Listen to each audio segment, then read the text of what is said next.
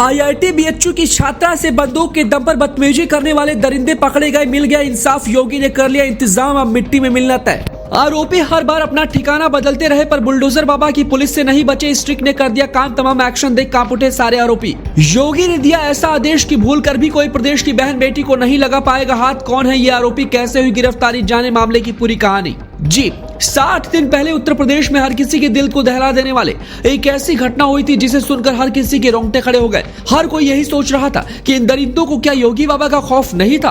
आखिरकार इतनी बड़ी गलती करने की हिम्मत कहां से आई। मोदी के घर में घुसकर आईआईटी की पढ़ाई करने वाले छात्रा से कैसे दरिंदों ने बंदूक की नोक पर अपनी हैवानियत दिखाई। क्या ये नशे में थे या फिर कुछ बड़ा कांड करने का प्लान था। ऐसे कई बड़े सवाल थे जो उठ रहे थे। ऐसे में अब इन सवालों का जवाब उत्तर प्रदेश की पुलिस के साथ साथ प्रदेश की हर एक जनता को मिल गया है और तीनों दरिंदों की गिरफ्तारी हो गई है। तीनों की गिरफ्तारी के बाद बुलडोजर एक्शन तय है। तीनों पर कई धाराओं में एफआईआर दर्ज हुई है।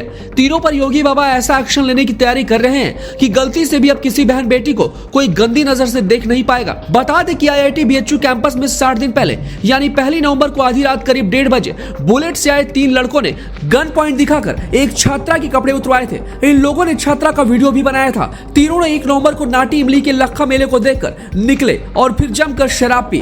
उसके बाद कैंपस पहुंचे जहां पर इस घटना को अंजाम दिया। उसके बाद 8 नवंबर की तारीख को सीसीटीवी फुटेज पीड़िता को दिखाया गया जिसके जरिए उसने तीनों आरोपियों की पहचान की। आरोपियों की पहचान होने के बाद में उनके मोबाइल नंबर के आधार पर लोकेशन ट्रेस की गई। ये लगातार अपने ठिकाने बदलते रहे। 5 राज्यों में विधानसभा चुनाव के 3 में इनको कैंपेनिंग का काम मिल गया।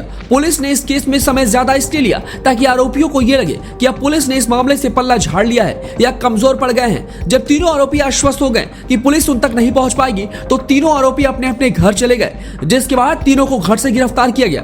तीनों को 14 दिन की रिमांड पर जेल भेज दिया गया है। तीनों ने अपने आरोप कबूले हैं और पूरी जानकारी पुलिस को दी है। आरोपियों के नाम कुणाल पांडे, अभिषेक चौहान और सक्षम पटेल है। तीनों आरोपी बीजेपी की आईटी सेल से जुड़े हैं।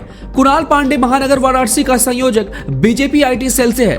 सक्षम पटेल सह संयोजक बीजेपी आईटी सेल महानगर वाराणसी। वहीं अभिषेक चौहान कार्य समिति सदस्य बीजेपी आईटी सेल वाराणसी महानगर। जानकारी के लिए बता दें कि घटना वाले दिन ये खबर आग की तरह प्रदेश भर में फैल गई थी। हर तरफ विरोध प्रदर्शन होने लगा था।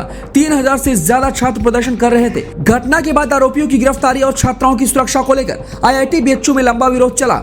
करीब 60 दिन बाद इन तीनों आरोपियों की गिरफ्तारी हुई और अब तगड़ा एक्शन होने की पूरी तैयारी है। यूपी पुलिस ने सीएम योगी के आदेश पर कई धाराओं में केस दर्ज कर इस मामले की जांच पड़ताल करनी शुरू कर दी है। इसमें और भी बड़ी गिरफ्तारियां हो सकती हैं। इन आरोपियों की गिरफ्तारी पर और इन पर किस तरह का एक्शन चाहते हैं, हमें अपनी राय कमेंट कर जरूर बताएं।